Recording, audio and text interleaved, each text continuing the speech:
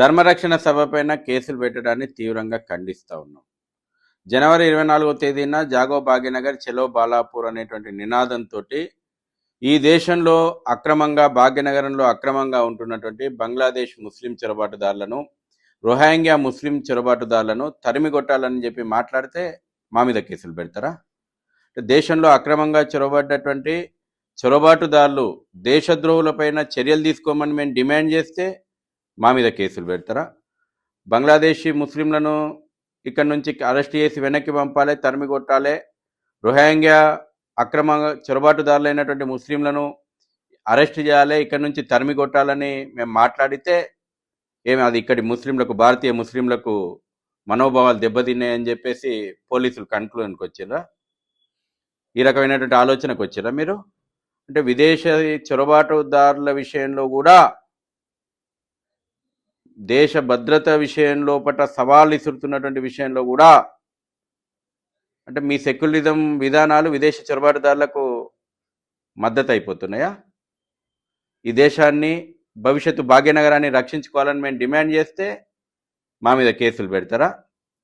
ఒక్క బాలాపూర్లోనే కాదు, అడుగడుగున భాగ్యనగరంలో ఉన్నటువంటి బంగ్లాదేశీ ముస్లిం చొరబాటుదారులను, రోహింగ్యా ముస్లిం చొరబాటుదారులను తరిమి కొట్టాలని చెప్పేసి మేము మాట్లాడతాం.